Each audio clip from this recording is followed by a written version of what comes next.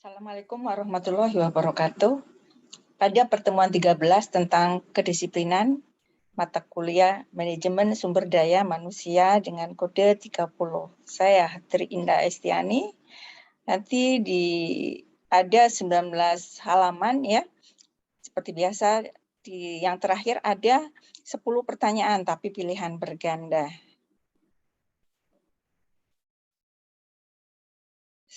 Capaian pembelajaran mata kuliah, mahasiswa mampu menjelaskan kedisiplinan. Kemudian materi pembelajaran tentang definisi kedisiplinan, pentingnya kedisiplinan, indikator kedisiplinan, konflik kerja, dan stres.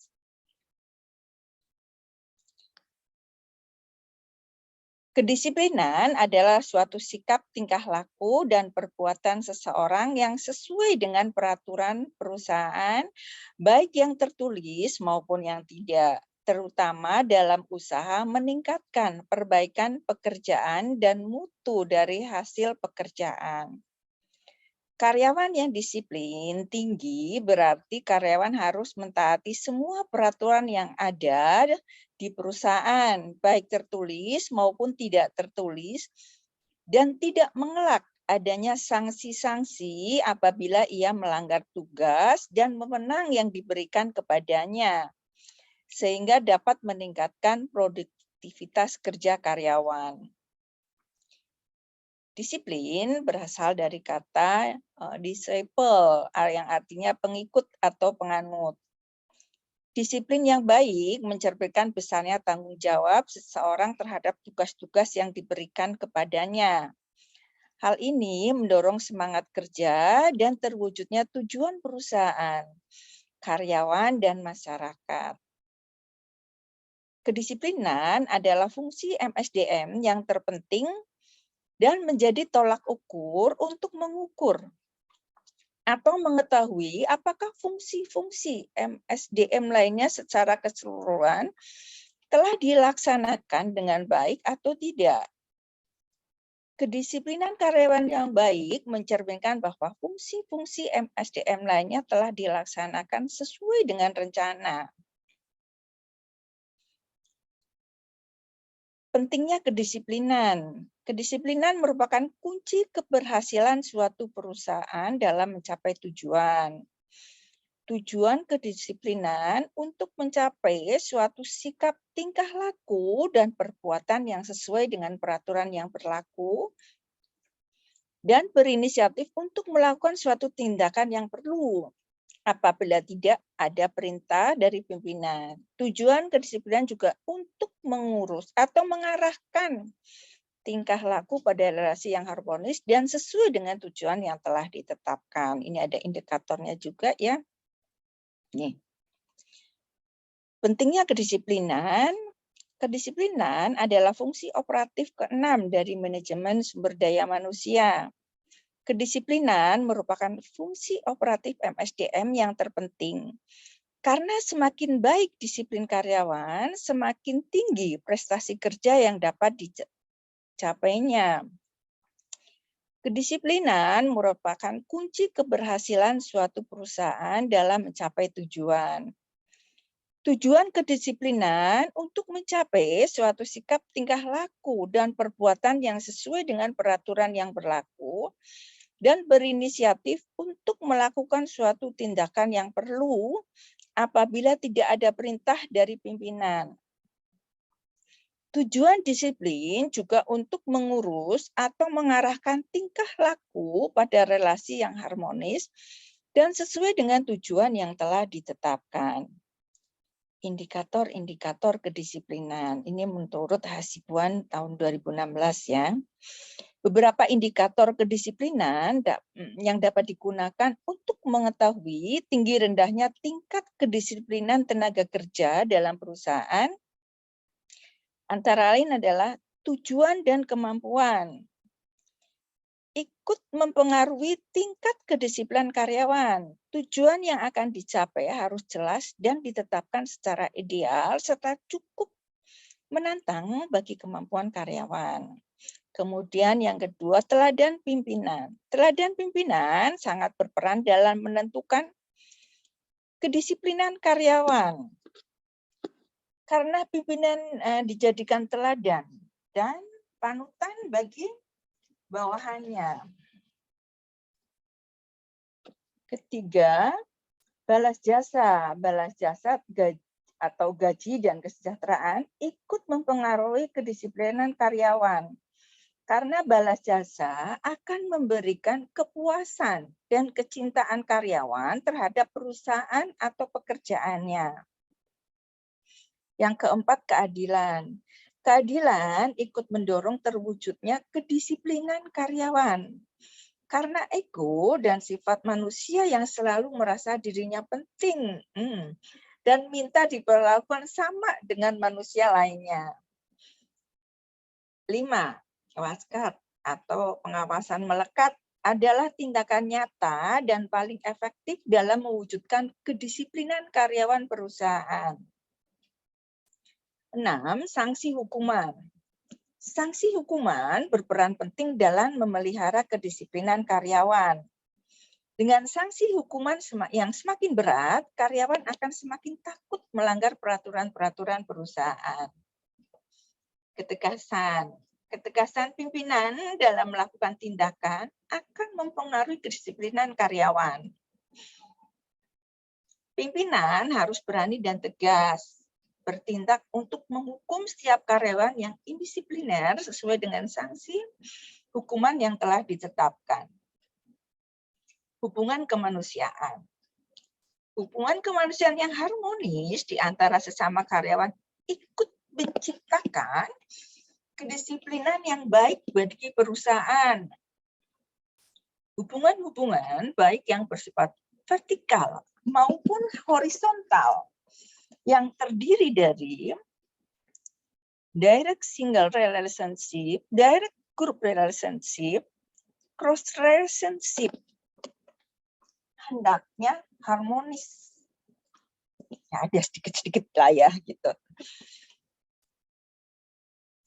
Faktor-faktornya adalah pertama, absensi tenaga kerja.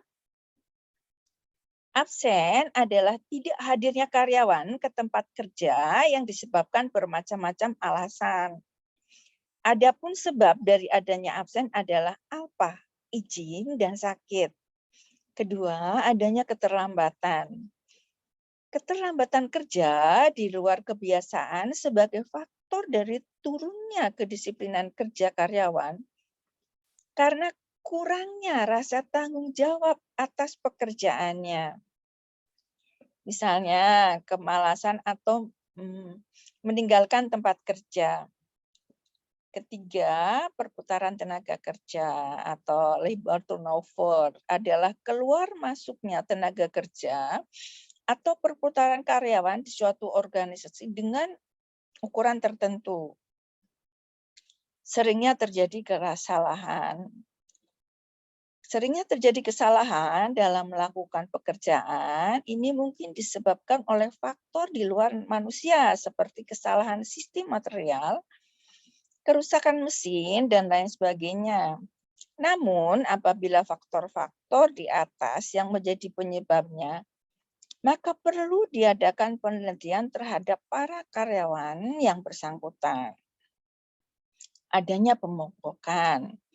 Pemogokan merupakan perwujudan dari ketidakpuasan, kegelisahan, dan lainnya.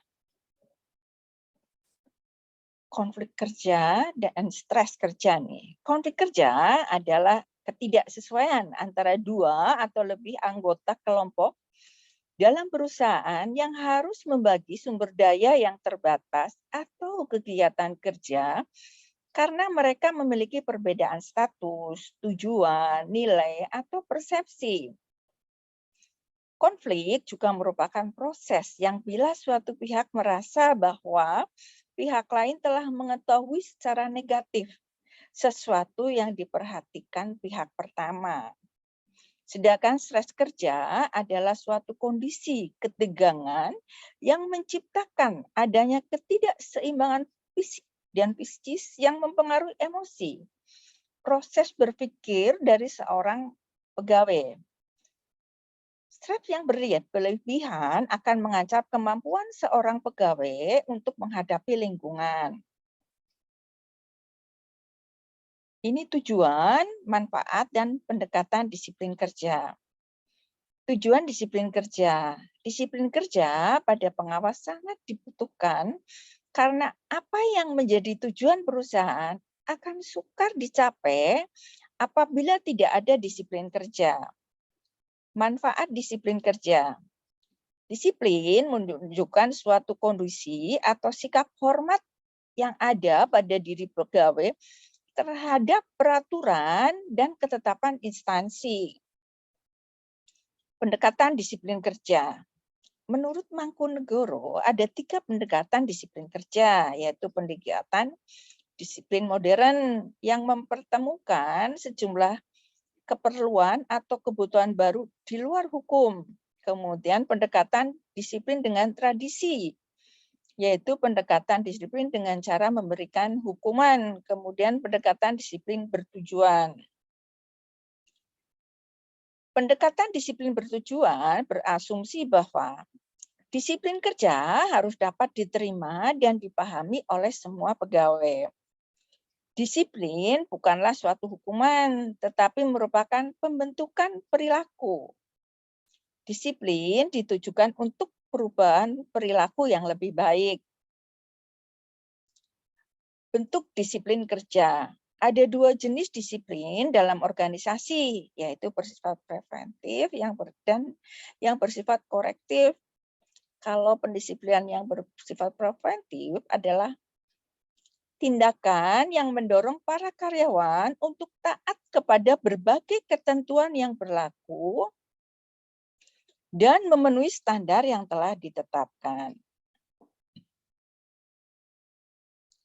Ada 3 kedisiplinan yang paling kokoh, yaitu para anggota organisasi perlu didorong agar mempunyai rasa memiliki organisasi karena secara logika seseorang tidak akan merusak sesuatu yang merupakan miliknya. Berarti perlu ditanamkan perasaan kuat bahwa keberadaan mereka adalah anggota keluarga besar organisasi yang bersangkutan. Kedua, para karyawan perlu diberi penjelasan tentang berbagai ketentuan yang wajib ditaati dan standar yang harus dipenuhi. Penjelasan dimaksud seyogyanya disertai oleh informasi lengkap mengenai latar belakang berbagai ketentuan yang bersifat normatif tersebut. Ketiga, para karyawan didorong menentukan sendiri cara-cara pendisiplinan diri dalam kerangka ketentuan yang berlaku umum bagi seluruh anggota organisasi. Pendisiplinan korektif. Jika karyawan telah melakukan pelanggaran, maka berat atau ringannya suatu sanksi tergantung kepada bobot pelanggaran yang terjadi. Pengenaan sanksi biasa mengikuti prosedur yang sifatnya hierarki. Artinya, pengenaan sanksi diprakarsai oleh atasan langsung karyawan yang bersangkutan. Diteruskan kepada pimpinan yang lebih tinggi dan keputusan akhir pengenaan sanksi tersebut diambil oleh pejabat pimpinan yang memang berwenang untuk itu. Yang dimaksud secara bertahap adalah dengan mengambil berbagai tingkah laku yang bersifat pendisiplinan, mulai dari yang paling ringan hingga kepada yang terberat, misalnya dengan peringatan lisan oleh penyelia, pernyataan tertulis ketidakpuasan oleh atasan langsung, penundaan kenaikan gaji berkala, penundaan kenaikan pangkat, pembebasan dari jabatan, pemberhentian sementara, pemberhentian atas permintaan sendiri, pemberhentian dengan hormat, tidak atas permintaan sendiri, dan pemberhentian dengan tidak hormat. Ini ada contoh ya, Departemen SDM mungkin terlalu sering dipusingkan dengan masalah ketidakdisiplinan yang terjadi di dalam suatu perusahaan atau organisasi. Masalah kedisiplinan ini memang sangat sulit untuk dihindarkan Karena hampir di semua organisasi ada orang yang biasa menyimpang dari prosedur atau peraturan yang berlaku. Akan tetapi, bagaimana jika masalah kedisiplinan ini malah menjadi bumerang bagi Departemen SDM itu sendiri? Analisa kasusnya adalah para karyawan yang sering datang terlambat dengan berbagai alasan mungkin dapat dimaklumi dan dipahami oleh manajer human resources ya, HRD ya. Akan tetapi, jika hal tersebut terjadi berulang-ulang dan cenderung sering, maka tidak mungkin ditolerir lagi ya. Apabila jika itu dialami oleh karyawan yang sama setiap harinya, namun dengan tidak adanya tindakan tegas atau hukuman yang sepadan, seperti pemotongan gaji dan surat pengeringatan, maka karyawan tidak akan pernah mempedulikan hal tersebut. Sementara berbagai kebijakan tentang jam kerja dan segala pelanggaran serta konsekuensinya sudah diatur dalam peraturan perusahaan. Tetapi peraturan hanya tinggal peraturan yang tidak pernah direalisasikan. Ini tepatnya nih kalau bagusnya ini flexi time ya. Jadi kalau masuknya terlambat nanti pulangnya lebih terakhir lagi gitu, ditambah lagi berapa keterlambatannya. Sebenarnya bagusnya seperti itu ya flexi time. Yang seperti yang dilakukan Indosat, Bank Mandiri juga seperti itu. Ini informasi prosentase keterlambatan seperti setiap departemen, contoh departemen accounting ya. Ini tertinggi keterlambatannya, tapi ini hanya contoh aja ya, tidak mesti seperti itu.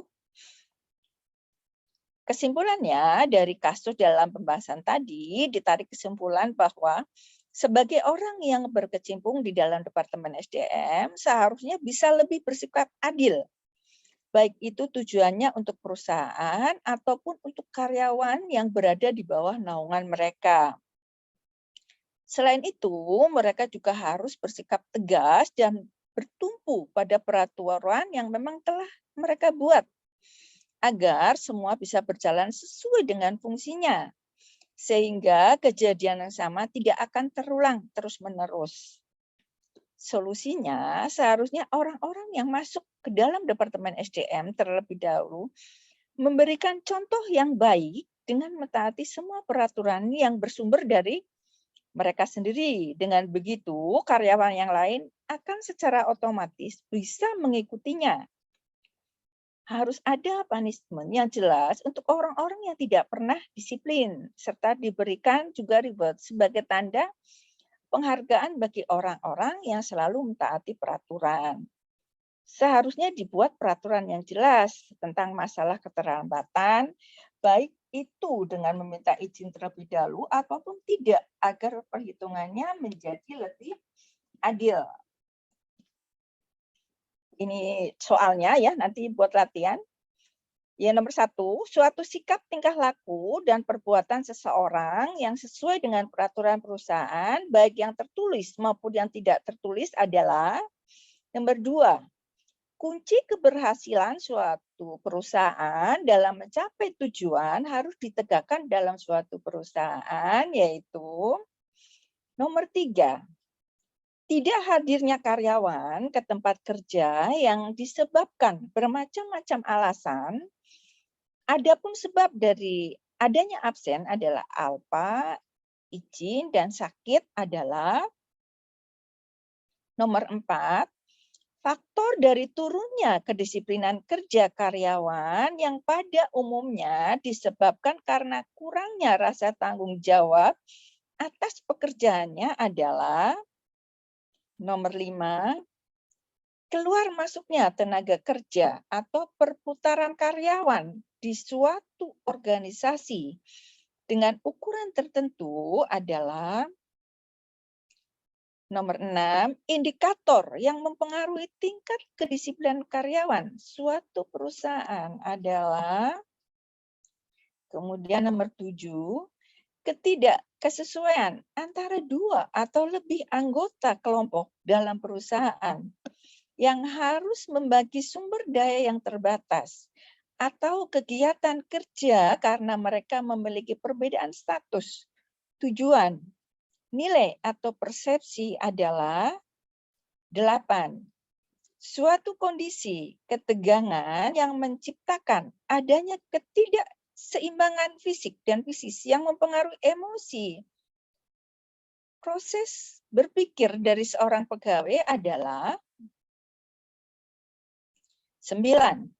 Pegawai yang memiliki masalah pekerjaan atau di luar lingkungan perusahaan seperti finansial, ketidakharmonisan dalam rumah tangga, yaitu 10.